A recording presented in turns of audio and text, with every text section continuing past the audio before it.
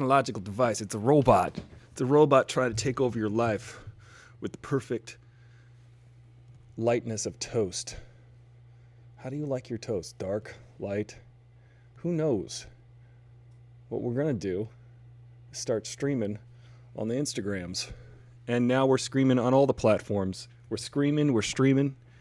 I realize that we're probably going to have some background noise on my Instagram unless I put the headphones on. But hey guys, we're flying by the seat of our pants. We have no... Hey Will, how's the sound? Is it really hissy? Is it real loud? Because I might be able to fix that. Hey Tony Lee, welcome. I'm just going to have to shout because I'm going to have to compete with a computer fan. Aristotle Full Throttle here. Grab your coffee, come hang out. Let's have a chat for the next hour. Talk about movies every day at noon, Monday through Friday. We need a catchphrase. I got Aristotle, bro, and you know what to fro. But what else we got? We need some more lingo so that we formed our own club and that white noise is legit. All right, hang on. I'm going to pause you guys for a second. We're going to restart the stream in like 1 minute. Well, how do you pause on the Instagram one? Is that not pure comedy? Stream it again. Streaming, we're back. And we're back again on the computer over here. It's hilarious. Guys, forgive me. I knew not what I do, literally. I don't know what I'm doing. It's totally fine. Bill Murray's movie. Bill Murray movies. I'll get this one day. Yes, humor. Yeah, Bill Murray is kind of the king of the sad clown. That's a nope from me, dog. Is the sound better? Sound is better now? How's it sound? We're just working through technical difficulties together because this is a live show and that's how they work. And one of my favorite things is watching the behind the scenes on live shows. If you ever watched or listened to the best broadcasters in history like Howard Stern, you listen to that guy, his show is literally about his show. It's just like he'll go on for 40 minutes about how nobody could fix his mic in the morning or his breakfast. And the first 40 minutes of the show is just him talking about that. And for some reason, it's incredibly compelling and hilarious. So, think about that. Maybe meta movies is another topic we could talk about. Movies where they break the fourth wall. But today we're talking about cops and robbers. So the fan is the fan still? How about now? I think I probably fixed it. You know what I did? I did the classic move from the IT crowd from my familiar looking friend Richard Iowade, which is to turn it off and turn it on again. I did that. Hey Tatiana Wilkinson, welcome to YouTube. We're just working through technical issues today. It's real fun. Extemporaneous speaking, yes. I love extemporaneousness. I love en medias res's. Movies that start en medias res. That's actually a really good topic too. Movies that start in mid-conversation, in the middle of the story, in the middle of the moment, as it were. I think that that's a fantastic, phenomenal, interesting topic. Star Wars being the best of that, being the best example of an entire epic story going on, and we're just kind of launched, thrust in the middle of it. Even Indiana Jones and well, it wasn't called Indiana Jones and the Temple and the Raiders of the Lost Ark. It was just called Raiders of the Lost Ark. In that movie, it also starts. It's like we're in the middle of a thing. What's going on? We got to go catch the thing. Now let's go get a gold idol. Throw me the idol and I'll throw you the whip. There's ambient sound, and that's fine. Do you hear this? Do you hear this? Do you hear the scraping? If there's no scraping, the headphones are not engaged, as it were. If there's no scraping. I say engaged because I'm a fan of Captain Picard. Superior Sports Mass, welcome. Superior Sports Massage Company, thank you for joining us. We were all talking about how when you're a cop and you're a robber, oh, I flipped the screen around. That's so silly. I should not press the screen. You could see that this phone is literally taped to my monitor right now, which is great. It's in the perfect spot.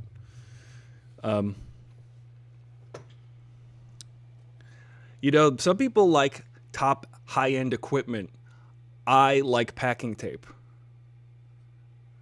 Some people want fancy gears and microphones. I use headphones. Some people want money, food, shelter. I say that's overrated. We live in Rona time, ladies and gentlemen. We live in Rona time. It's pretty soon we're going to start eating each other's faces. I think that's pretty much what we're going to have to deal with. Hi, Mom. I was just talking about how the zombification of the planet Earth. Actually, today we're talking about cops and robbers movies. And you know what I watched over the weekend, which was on Netflix, which is a movie I never even heard about until I saw a little bit of a quick clip on Netflix, and I was like, oh, let me watch this movie. Den of Thieves. Who saw Den of Thieves? Classic cops and robbers movie. I was watching it and I was like, this reminds me of like the cops and robbers movies of the 80s that were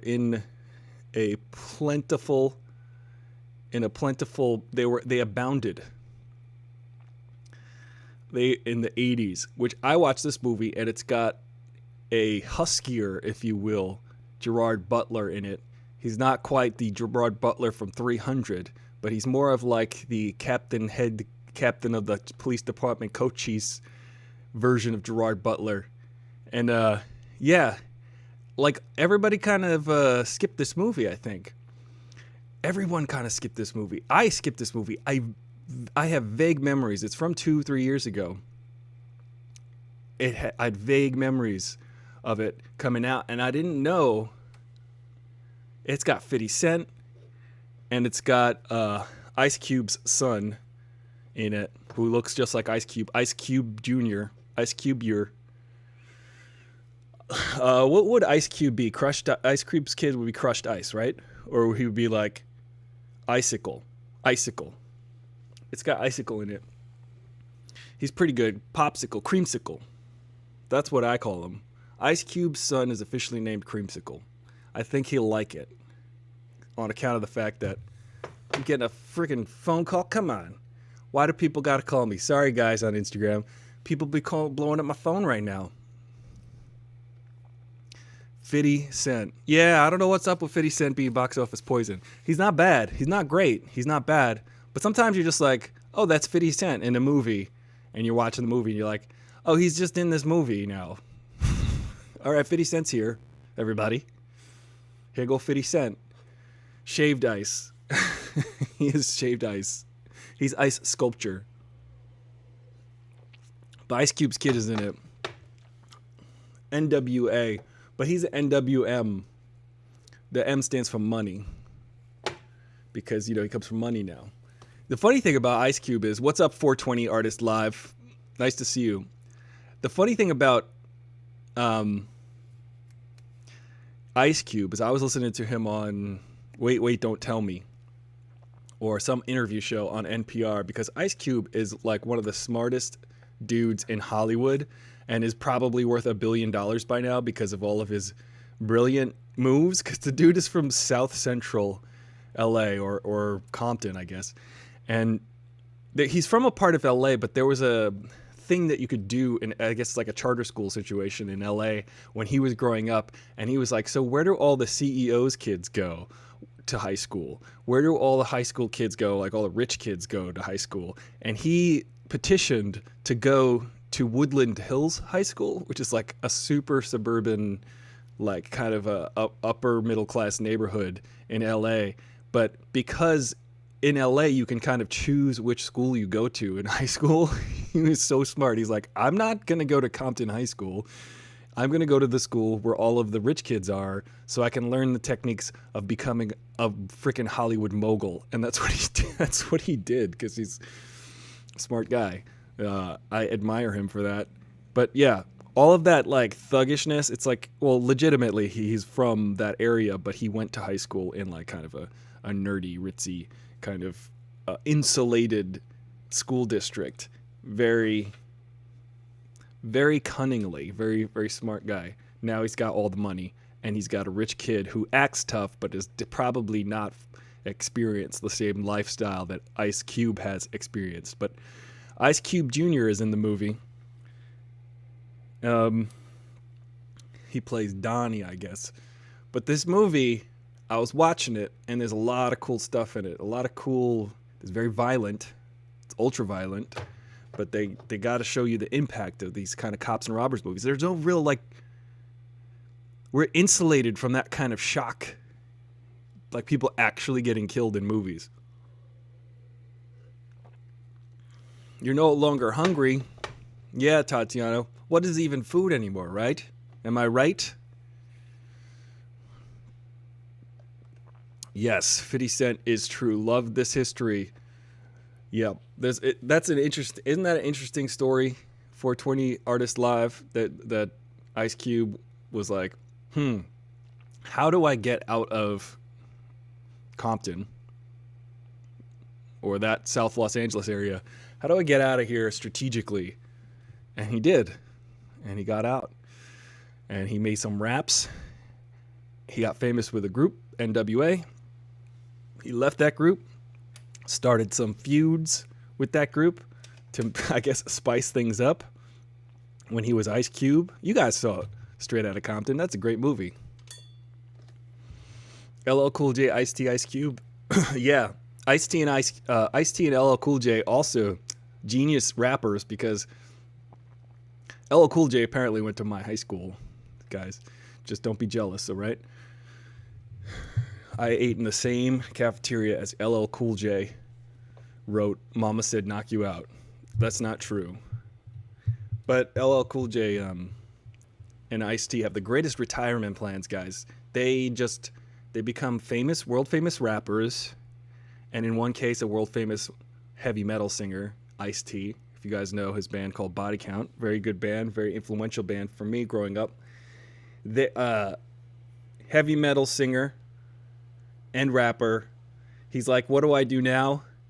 I go onto a TV procedural like CSI or NCIS or some special victims type of show forever, Law and Order, because those shows will last forever, and it's a retirement plan. It's a punch clock. Guys, you get on that level of TV, you are set for a couple generations. It's pretty sweet. Did you guys watch Ice-T and Coco? That show? That's a pretty good show. I think it was on VH1. It's about Ice-T and his wife, just kind of a reality show. Seems like they're good teammates. New Jack City. Oh, that's a cops and robbers movie right there. That's a good one. New Jack City. Is Boys in the Hood? Boys in the Hood's not really cops and robbers. It's just kind of gangster. That's a good one, though. I do want to talk about Boys in the Hood since we're talking about Ice Cube. See, Ice Cube always been an actor. Ice Cube's always been a performer, guys. He's an artist. Don't let his like gangsterness get in the way of that. Sometimes these gangster rappers and these famous musicians who try to be like the everyman, I think it's kind of funny because you look at them and you go, you've been famous since you were 17 years old. What you trying to say you from the streets? You're a 50-year-old man. You've been famous for 33 years, at least. Are you really in touch with the streets right now? I say that thinking of Bruce Springsteen, guys. Bruce Springsteen's like, I've been working on the docks so every night and day. My knuckles are broken and my hand is burnt. I've abraded my face. I have a bruise under my eye from lifting egg crates, from fish guts, from shoveling fish guts down at the dock. This is Bruce Springsteen. Meanwhile, he's writing these lyrics on his yacht. Because he's been famous for friggin' since he's 19 years old, Bruce Springsteen. This guy's been writing hit songs longer than he's ever worked on a doc. Come on, guys. I'm just trying to keep it real. These people ain't. Listen, Tom Waits. You think Tom Waits is real? Let me tell you something. You think a guy who's been an actor in over 70 movies and has written so many hit songs for so many people, you think that he needs fingerless gloves? Why does he dress like a tramp with a jacket that's like worn at the elbows? It's a facade, ladies and gentlemen. Do you think I wear? I own Armani suits. This is just for the show. I don't even know if Armani makes suits. Dooney, wait, what's up? We're talking about my Armani suits and cops and robbers movies today. There's some good cops and robbers movies, man. There's The Score, bank robbery movies. There's Heat. That's a great one. That's a classic. I remember seeing Heat in the theater. They was running through the street with guns before that was a real thing. Like moments before that was real. They depicted it in films. I don't know if they did it in the movie because it was based on a real shootout. I think it was. But bank robbers running through the streets with machine guns. These guys, I tell you guys. I heard a good Rodney Dangerfield joke the other day. I had this girl, she called me up. She said, "Come on over, there's nobody home." I went over, there was nobody home. No respect. It's great. I love it. Good jokes. Departed, Martin Scorsese starring Leonardo DiCaprio, Matt Damon. Oh, yeah. Jonathan Schumann coming in hot with The Departed. Best Picture winner of like 2007. What a good movie that is. The Departed.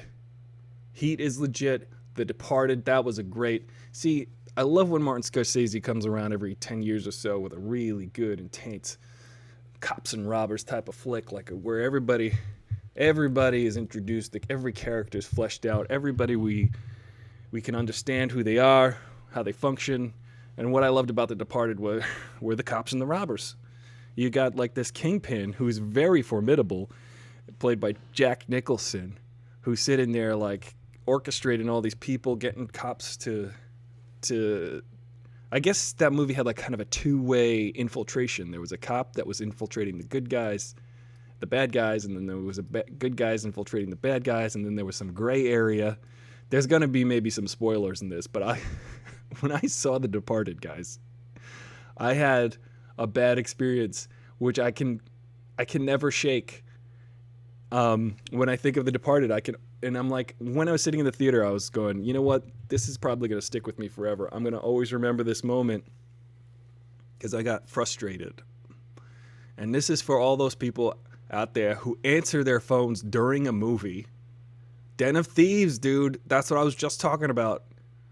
420 Artist brings up Den of Thieves. We're going to get back to Den of Thieves in a minute because we was talking about Ice Cube's kid. He's in that. But when I watched The Departed, I was in the movie theater, guys.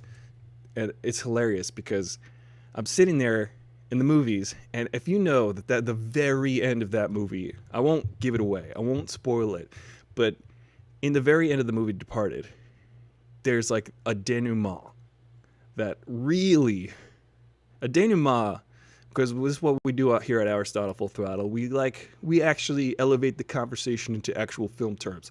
So a denouement in the film terms is like the moment after, it's sort of the resolution of all of the characters. It's the moment after the climax of the film. So the movie comes to a head. Every character has thusly changed.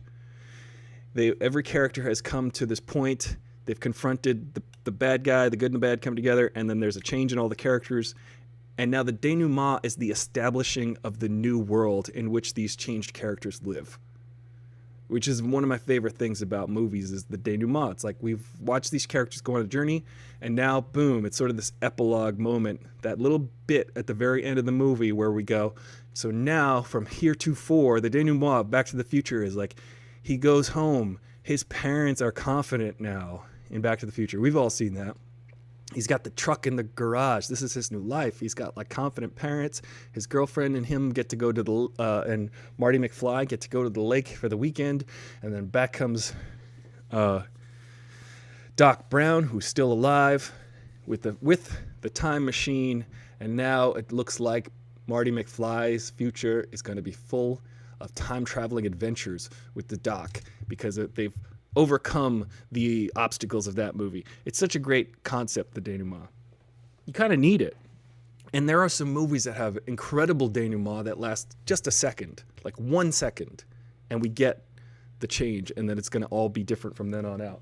I love that. So for the denouement of The Departed, I was sitting in the theater, right? I'm just sitting there enjoying the heck out of the movie. It feels like it's over. It feels like it's over, but there's still something that feels like it's about to happen, which it does in that movie. If you guys remember, there's a moment where everything comes to a head and gets resolved. All the little loopholes are tied up. And if you've seen Departed, you know what I'm talking about. The very, very end, there's a moment, the very end, where things get resolved. You know what I'm talking about. But during that part where you're like, oh snap, this is going to happen now too. During that part, a phone rings in the audience. And a guy picks it up. And he's like, I'm at the movies. Nah, it's over. And he starts talking on his phone while this scene is playing out, and it's an incredibly tense scene. And I was like, this dude is still talking, so I just go, hang up your phone.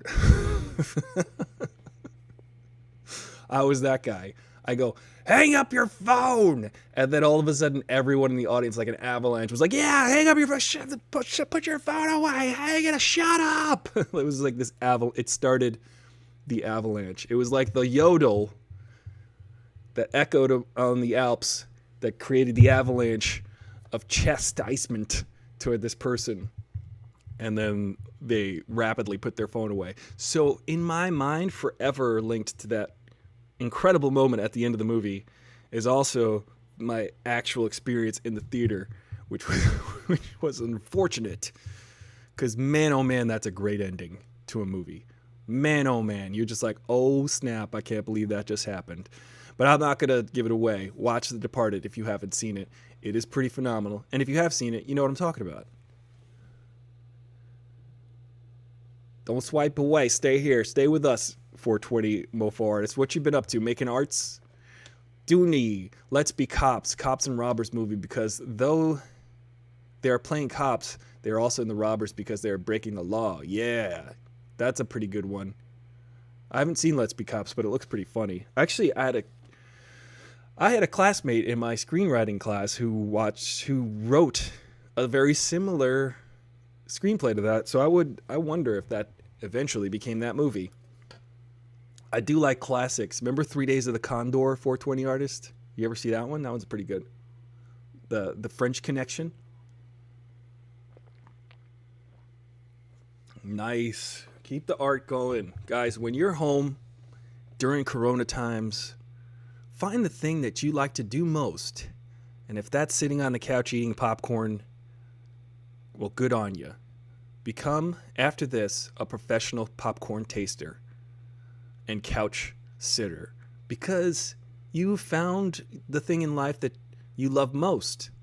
And if you had all the time in the world and they said, please do not try to even seek employment right now, because that's just a joke. That's a laugh. We're all having a laugh right now, ladies and gentlemen. None of us, I don't know if you're working up, but if you're an artist like our friend 420 Artist here, do art. Do the thing that fulfills you the most. Knit a sweater. Grow your beard. I'm growing my neck beard. This brings me joy. I hope it brings joy to you too. Vera Farmiga, what an actor she is. Bongani, what's up? Tatiana, hey Bongani, what's up? Yeah, but let's get back to Den of Thieves. right, guys? I was watching this movie the other day. Yesterday, I finished it up. I didn't expect anything from this movie, but what I got was everything I wanted in a movie. Sure, the very end was a little bit, okay, maybe. A little twist in this movie, but I gotta say, it's a good cops and robbers movie, except I Googled it, right? Just while I was watching it out of curiosity. I'm like, when did this movie come out? How come I missed it? But then I Googled it, and I accidentally saw the Rotten Tomatoes score for Den of Thieves, starring Ice Cube, Son, and 50 Cent, Gerard Butler, among others. And I saw that it had a 41% rating on Rotten Tomatoes. I'm like, what the hell? 41%? How come I'm liking this so much? Why do I like this movie so much, yet 79% of people, 59% of people don't? I did math. I did all the calculations in my head just now. Everything You Ever Wanted by Vertical. I never liked that song, Will. I never liked that song. I thought it was just a cheese fest. Will's talking about a song by a band called Vertical Horizon, which is, they just seemed like such a manufactured plastic rock band singing plastic pop songs. And that one song is, I know that song really well in my head because they played it nonstop. It was just sound like a plastic. That song had as much heart and soul as I Know What You're Doing.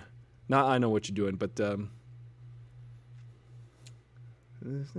thinking it over anyway. Thinking it over. What's that song I'm thinking? That one dude. We're getting sidetracked, but this is really important. Barely Breathing by Duncan Sheik. Those two songs, they're like solid songs, right? But they have zero soul. There's something about the songs that are good. They're good, but they just sound sleepy and heartless and manufactured. Duncan Sheik, Barely Breathing. You guys, if you want to listen to that song, you'll know what I'm talking about. There's some music. I want you all to check out artists that I'm like freaking way into right now. And I realized that I had been a fan of this musical artist for years, and then I got to work with this musical artist earlier this year, and I didn't even realize who they were. So there's a guy named Anderson .Paak.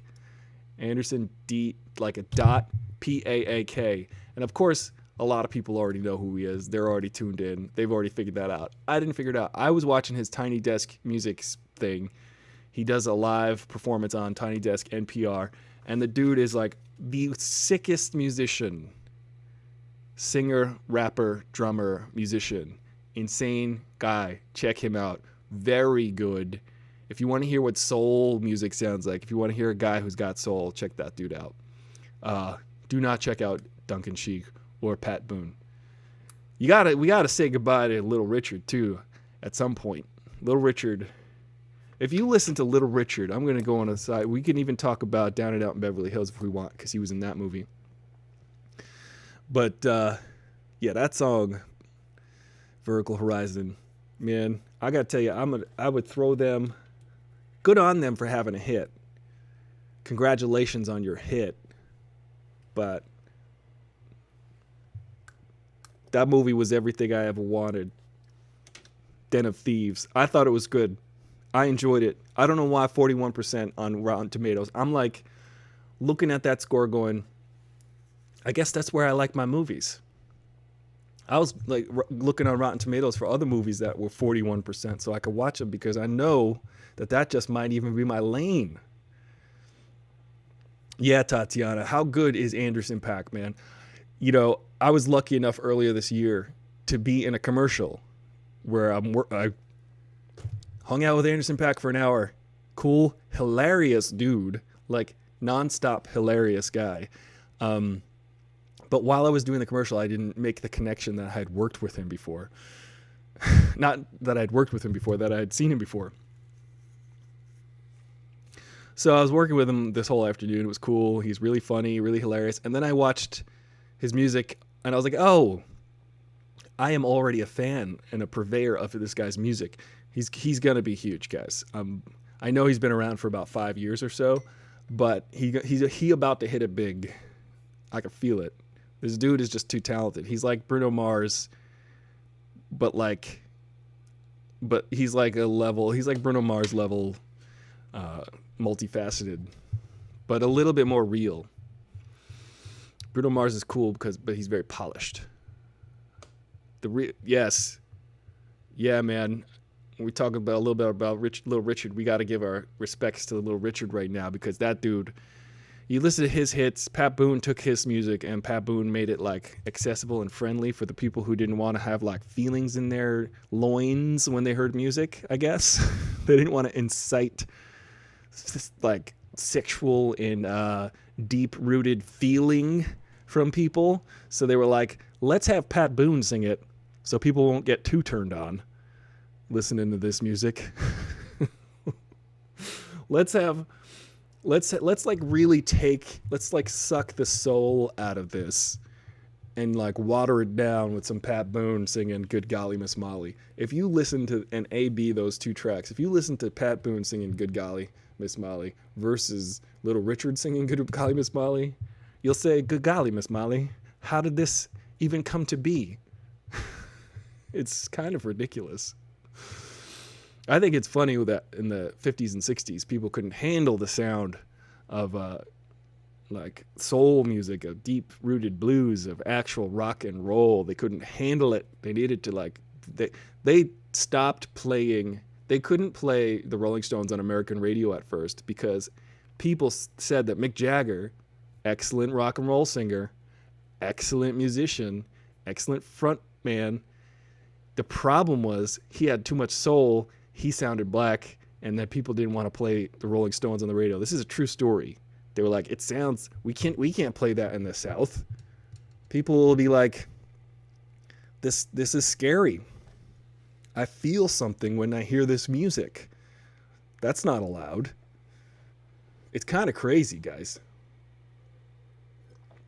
Yeah, Pat Boone is anti-lust. That's gonna be my T-shirt. Pat Boone equals anti-lust. Cowboy Bebop is a great cops and robbers anime, if not the greatest. Ooh, Cowboy Bebop. I want to check that out. Pat Boone is the equivalent of adding extra flour and water to gravy. Yeah, and to borrow a quote from the Chappelle Show, Pat Boone makes Wayne Brady look like Malcolm X. That is a direct quote from the Chappelle Show. And it's an excellent quote, because any quote from that show is kind of perfect. I don't think that is the only sketch comedy show where 100% of it was good. And that's why it only lasted 2 seasons and like 4 sketches. Do you watch, or do you I sound like that little kid. Remember that little kid? Do you dream?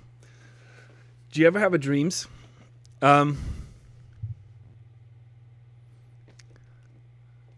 Pat Boone is more like a padlock on your dumpster. Yeah. Pat Boone is a pancake with no gravy. Pat Boone is a biscuit with no gravy. Pat Boone is a waffle, but with no chicken. I don't eat chicken, so I don't know. I used to eat chicken. And I used to eat chicken and waffles over at Roscoe's. My favorite is like those self-taped commercials right now that every celebrity is doing and talking about how much they're encouraging you to order in because everybody's stuck in. They're afraid of the Rona. Rightfully so. You should be cautious of the Rona. You should wash your hands. You should wear a mask all the time. People need to be cognizant of other people. That's basically what we're learning in this time of the Rona. We're learning, exercising what it's like to be with ourselves, but also be aware of other people. This is, one of the important things in life. But I got to tell you, Everybody's trying to... I lost my train of thought, but it's okay. I miss LA too, and I live in it. I tell you, what's up, CL Hodge 11? We're just talking about cops and robbers movies. Yeah, I do miss LA. It's right outside that window right over there. That's where Los Angeles is. I used to go there. I was wondering the other day. I was like, I wonder what's going on in the other side of town. And then I was like, nothing. The same thing that's going on here is going on there. Just people sitting inside. Maybe walking on the beach. I think you can walk on the beach now, but you can't lay down on it. What is the Pat Boone of cops and robbers movies? Oh, that's a good one. Maybe R.I.P.D. No. That's not a cops and robbers. That's like aliens. It's kind of cops and robbers. Inside Man.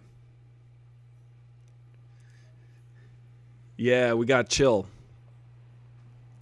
Did you see movies I mentioned up there? Yeah, let's look up here. We've got Black Klansmen. That was a good one. I actually like that. There was a...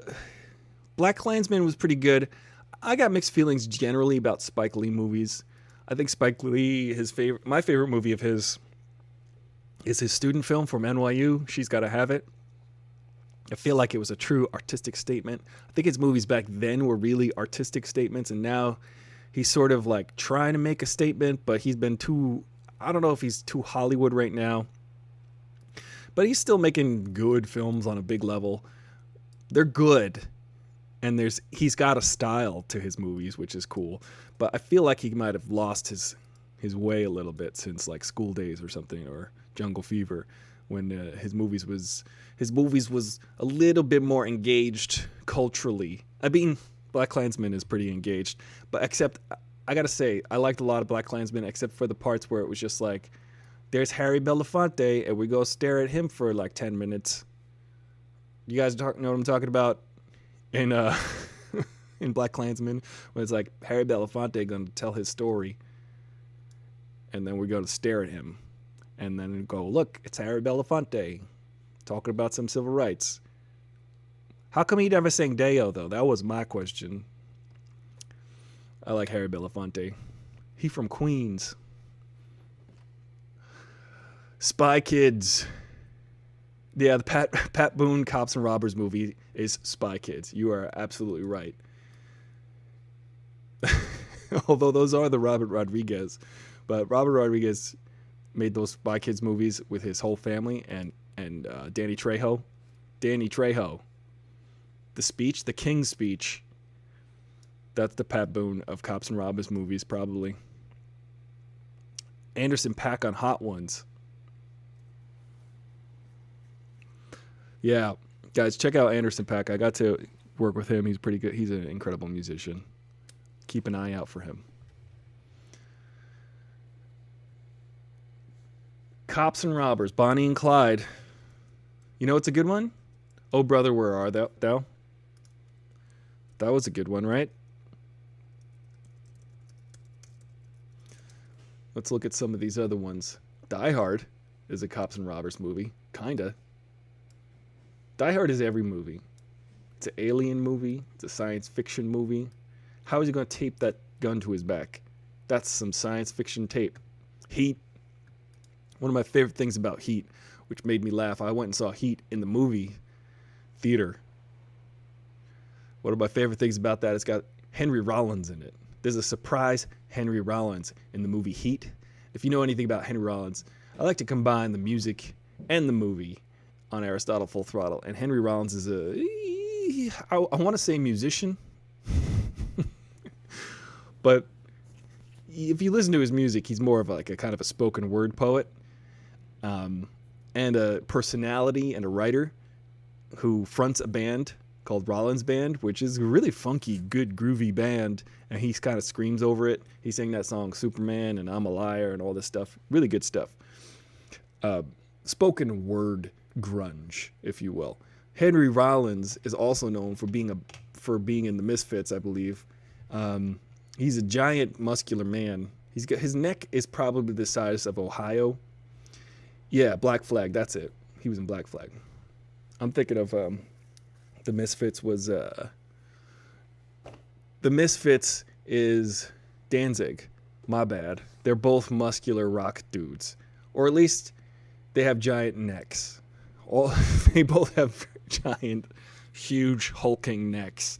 Where you're like, if I try to punch that guy, his head will not move. He will probably charge at me like Juggernaut in the X-Men comics and destroy me. So I don't want to mess with Glenn Danzig, nor do I want to mess with Henry Rollins. Although there is a hilarious video of Glenn Danzig getting punched the F out by a security guard. It's really fun. Google that if you're bored.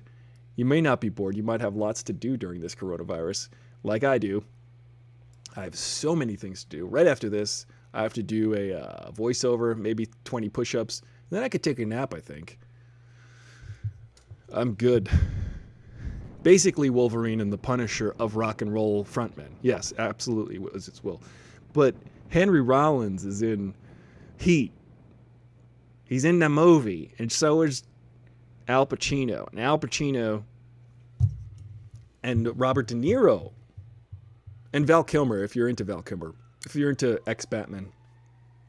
But these two actors, Robert De Niro and Al Pacino, are both in The Godfather Part 2, but they never share the screen.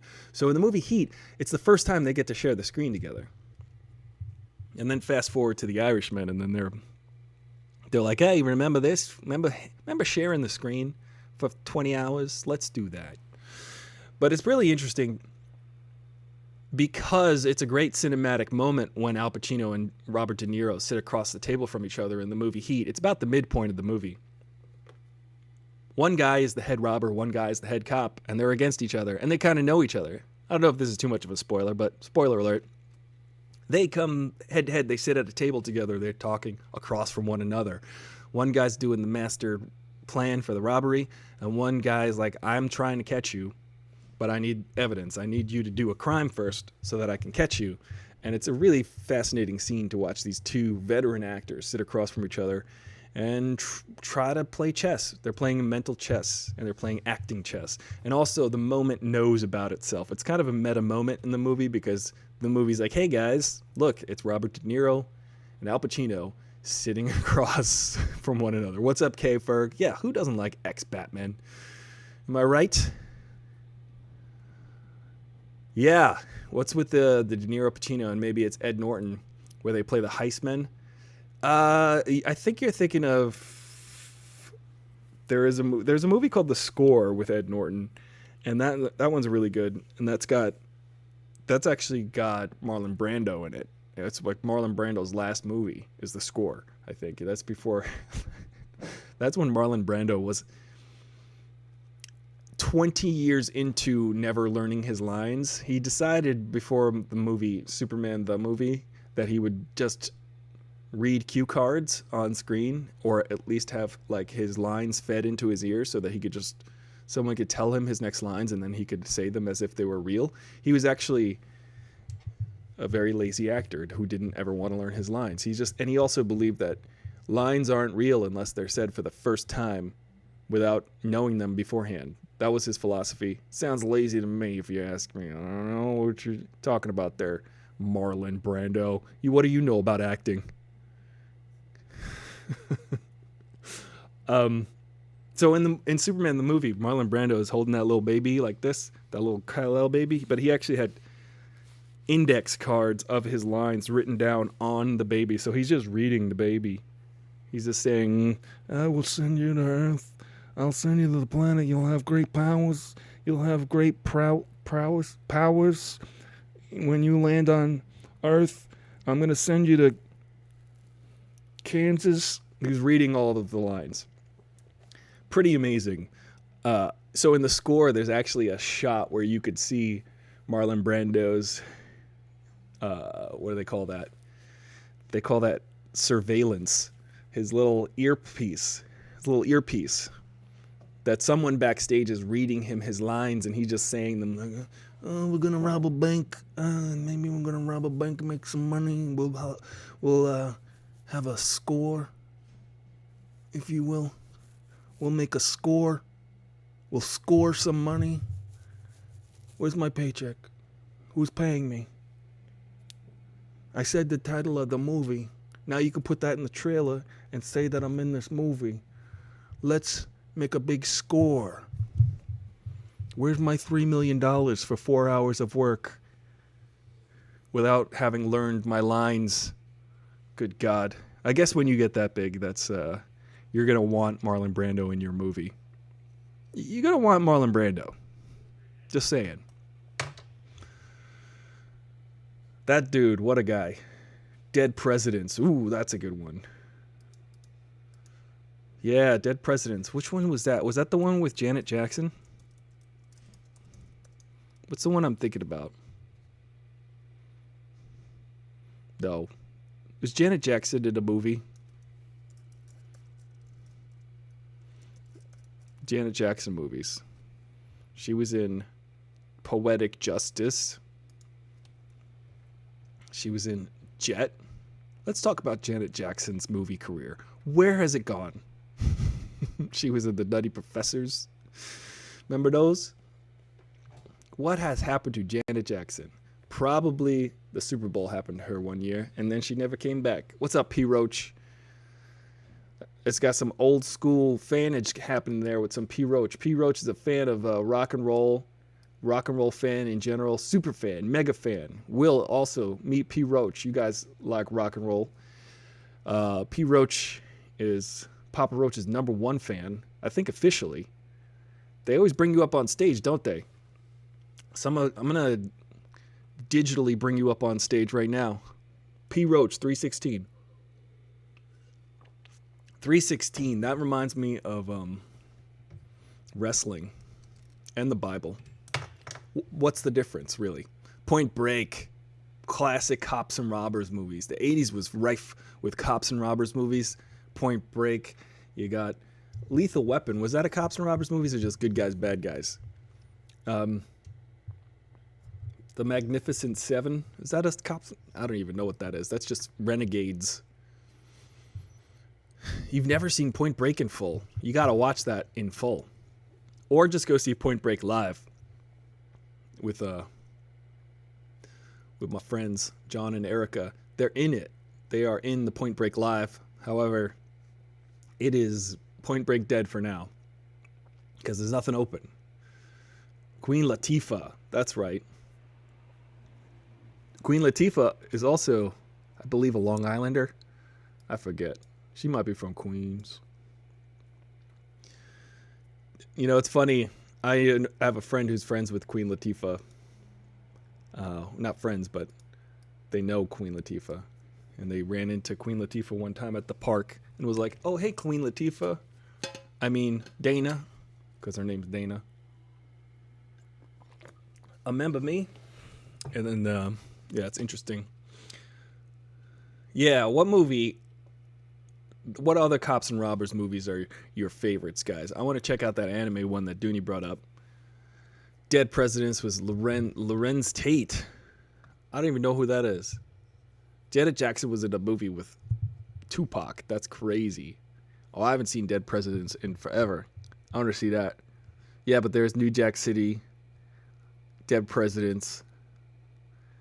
There's like the classic heyday of sort of these ultra-violent cops and robbers movies. Set It Off. Yes. Set It Off. That's the one. I know what you're talking about there. I have a vague memory of that. But cops and robbers movies it's an art form, guys. It's a lost art form. And when I was watching Den of Thieves this weekend on Netflix, which you guys can watch too, maybe if you watch it, we could bring it up later this week. But what did you guys think of that? Have you seen it? Baby Driver, great example. That movie was fantastic. I loved how Tatiana brings up Baby Driver. That was a really good, well-made movie, guys. I believe that's an Edgar Wright film. So I have to say, though, the third act of Baby Driver kind of fell apart for me. But the first two acts are just so beautifully orchestrated visually, like the music integrated with this guy's life. This guy had to listen to music in order to get the rhythm of all of his little robberies and getaways. It was really cool. He had a playlist, and I used to make a playlist for like running or something like that. and the music would kick in at just the right times to give me a little extra boost, so I could relate to the character in Baby Driver. Yeah, that was awesome. It was a really good movie. Except I gotta say, the third act of Baby Driver, where they're trying to where it's just kind of, it sort of devolves into a typical ending. But I do like John Hamm in that. For the record, John Hamm, pretty cool guy. I actually got to hang out with John Hamm for a day before anybody even knew who the heck John Hamm was. This was on a movie called Kissing Jessica Stein, where I was the key production assistant. I'm also in that movie very briefly, 2 times. You can look for that. It's from a long time ago. But John Hamm and the lead of Kissing Jessica Stein, Jennifer Westfeldt, were a couple for maybe 17 years, 18 years. And they were a couple back then. And this is 4 or 5 years before Mad Men even came out. And I was working as a key production assistant on this movie. So I was working very closely with the leads, the actors, and the director, Charles Herman Wormfeld, who went on to direct Legally Blonde 2 and The Facts of Life Reunion. You guys should check him out. He's very good. I was working as a key production assistant, and it was pretty neat because one day I was on set, and I was assigned to babysit. Like, Jennifer's like, Aristotle, my boyfriend's coming today. Just hang out with my boyfriend all day today, so that he's got someone to hang out with on set, and just kind of hang out near him. So I just hung out with John Hamm all day, and like 2000. This is the year 2000. It was like my first or second movie I ever worked on. Just a production assistant, just a wee baby child, and John Hamm was just a cool guy. Hung out with him all day. Super nice, super polite, super respectful guy. And I don't think anyone's ever told a contrary story to that. So here's a good lesson in life, guys. Don't be a dick. And people will remember that. That's like the most important thing. Every time you meet a celebrity, I've mentioned this before, every time you meet someone like your heroes or somebody famous or something, they go, the first thing you hear about that person, the first thing you're curious about, is whether or not they were nice.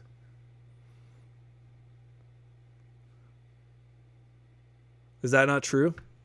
I feel like you're like, oh, I met Meryl Streep, and what she did was she acted for like 3 minutes a scene from, it's like, no, they don't necessarily have to do the thing they're known for. We just got to know whether or not they were nice. They always go like, oh, I met Billy Joel and he was a dick. Oh, I met so-and-so and they were really nice. So the trick is, if we're learning anything about being a human being right now, it's to just be nice, or at least be respectful of other people. And you can do that by wearing your mask and staying 6 feet away from everybody when you're outside. It's pretty easy. We're going to get through this. We're going to do it. We just have to do it. We know what we have to do. We're all like a bunch of Kylo Rens right now. We know what we have to do. We just don't know if we have the strength to do it. And coronavirus is the equivalent of killing our father. Wait, I mean, that's patricide, because we know Kylo Ren, he killed Han Solo, his father. That's not the best example. There are other examples we could use, I think. But the point is, you have the power. You are like She-Ra. You are like He-Man. You just need to have the power of Grayskull. By the power of Grayskull, you just need the thunder, Thundercats, ho. Just do that every time you leave the house. But instead of, being Voltron and forming Blazing Sword, just form Blazing Mask. Am I right, 420? Am I right, 420 artists? Blazing Mask. The Italian Job is the movie you guys were thinking of. Will swooping in, Lock, Stock, and Two Smoking Barrels. I didn't like the Lock, Stock, and Two Smoking Barrels, guys. I don't know. Everybody was all the rage for Guy Ritchie with Lock, Stock, and I was like, this movie is not, I don't really like this movie. Oh, The Town. Tatiana, I'm glad you brought that up. We only have a couple minutes left on Instagram, but if you guys want to jump over to YouTube, just go to AristotleFullThrottle.com and find this live stream. But let me tell you, The Town, excellent film. Ben Affleck, you know, people thought he was the younger, dumber brother of Matt Damon. Matt Damon. People thought that. I mean, I thought that. Let's be real here. We thought that Ben Affleck was the weak link when we saw Good Will Hunting. Because we thought, oh, Matt Damon's this genius. They both won this co-screenwriting. They co-wrote that movie, Good Will Hunting. They won an Oscar. They were about 26 at the time when they won that Oscar. Pretty rad. They were like this Hollywood duo, Matt Damon and Ben Affleck. And then Matt Damon went on to do like The Talented Mr. Ripley and a series of movies where he plays the central genius of everything. And Matt Damon went on to, and then Ben Affleck went on to date J-Lo.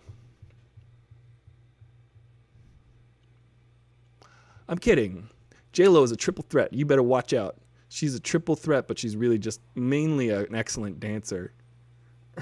She's an excellent dancer, and somehow she could sing. You know, technology has aided in that, and she's a pretty good actor. So, fair enough. J-Lo is like a 2.5 threat. She's almost a triple threat. Watch out. But yeah, Ben Affleck, we all thought that he was the one that was going to go down as the one that was just. But guess what? He came out with The Town. He came out with Gone Baby Gone. He did these movies that are real good movies, I'll tell you. But one of my favorite things about The Town, Tatiana, and we only got a couple minutes left here on Instagram, but one of my favorite things about The Town is it's got Michael Postlethwaite. He's an Irish actor. He died. It was his last film. He plays the guy who's trimming the roses, and he's having that talk. He's having a talk with Ben Affleck, and he's trimming those roses. He's the florist, but he's like real menacing. You know, he's cutting the thorns off these roses, and he's just so threatening and menacing. He's so good in that movie. And Michael Postlethwaite, I don't know how to say his name, but he was an acting teacher most of his life until he was about 50. And then that's when he started to become a star in acting. So that's pretty much my plan. But I'll tell you what, this guy, he was an acting teacher forever, and then Steven Spielberg discovered him. So that's why in like the 90s or so, he starts showing up in a lot of movies, because Spielberg was like, this dude has an incredible face, because he's looks very much like a character. I believe he's in Alien 3 also. A lot of interesting faces in that movie. But Michael Postlethwaite. Michael, let me see. Postlethwaite.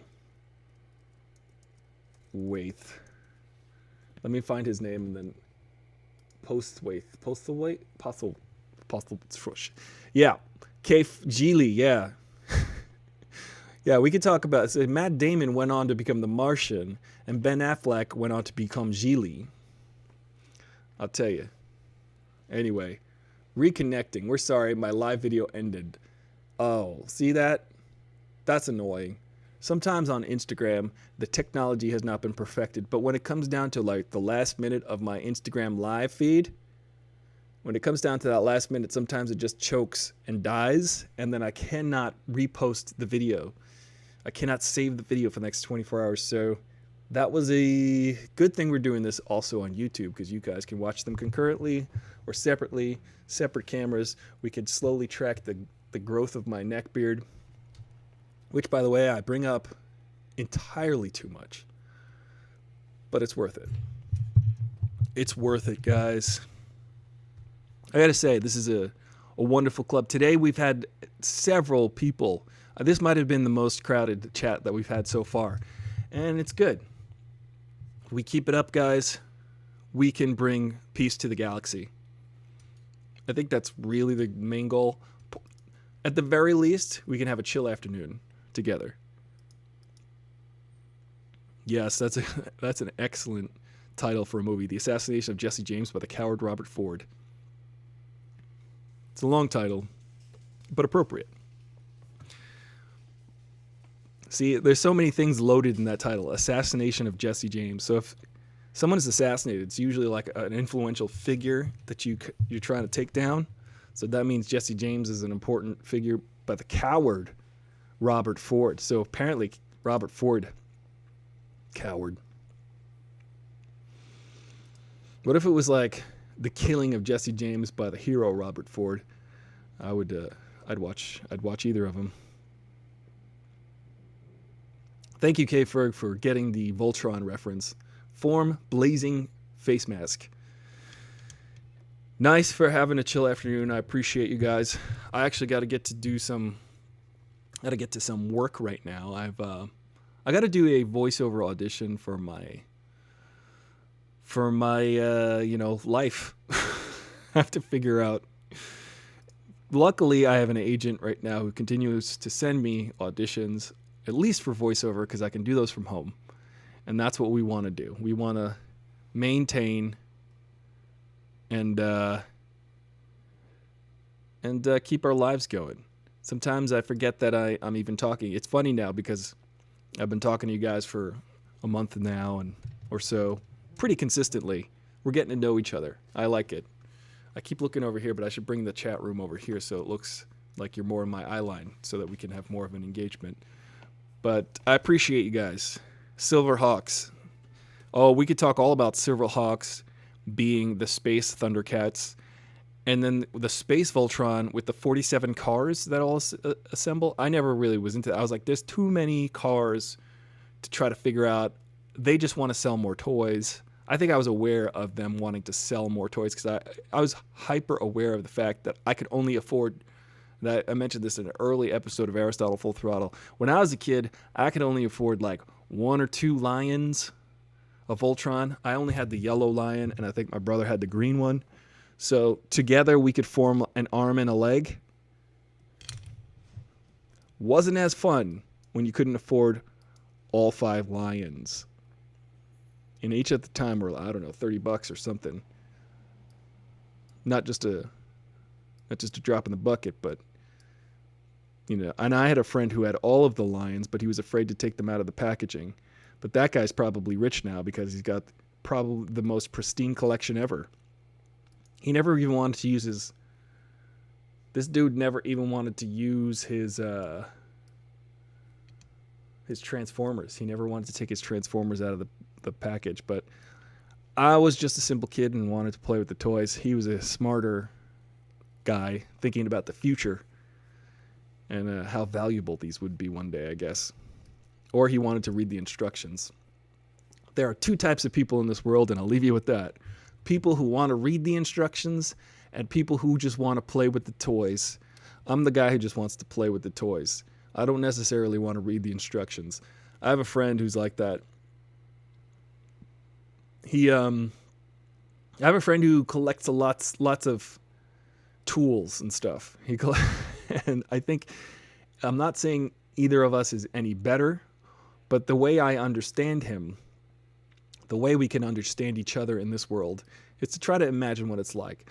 For that person, it's very important to have all of the appropriate tools to potentially make something, to potentially create something, to have all of the different options available. And I'm the kind of person who's like, I want to make the thing. How do I get to the thing? I have the thing in mind always, and I just want to get to the thing. And I'll do what it takes as far as crafting.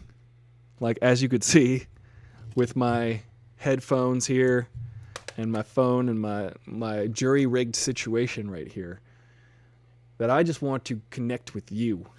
I just want to connect directly with you, and I'll figure out the technological intermediary that we need to make that possible. I don't necessarily need to have all of the highest end equipment making sure that everything's working properly. However, that would help. It would help to have a technician like that on a staff, but I don't. I just want to make the thing happen. And I think we did it today. I think we successfully made it happen, guys. Like we do every day. One of these days this week, though, and I'm going to warn you, I may want to go to the beach. I need to get out. And if it's possible for me to go to the beach during the day, I will. Which means we might have to do this on Instagram one day on my phone on my way to the beach. I know a couple secluded beaches where you could stay far away from people. And hopefully if I go during the middle of the week, like a Wednesday or a Thursday, there won't be that many people there, and I can maintain a good, healthy distance with a mask on. But you got to do what you got to do right now. The cartoon nostalgia is important. Maybe we'll talk about animated cartoon movies that were... Tomorrow I wanted to talk about maybe buddy movies. We're going to talk about this week. Buddy movies, Thelma and Louise, stuff like that. Just buddy movies. You know, Lethal Weapon.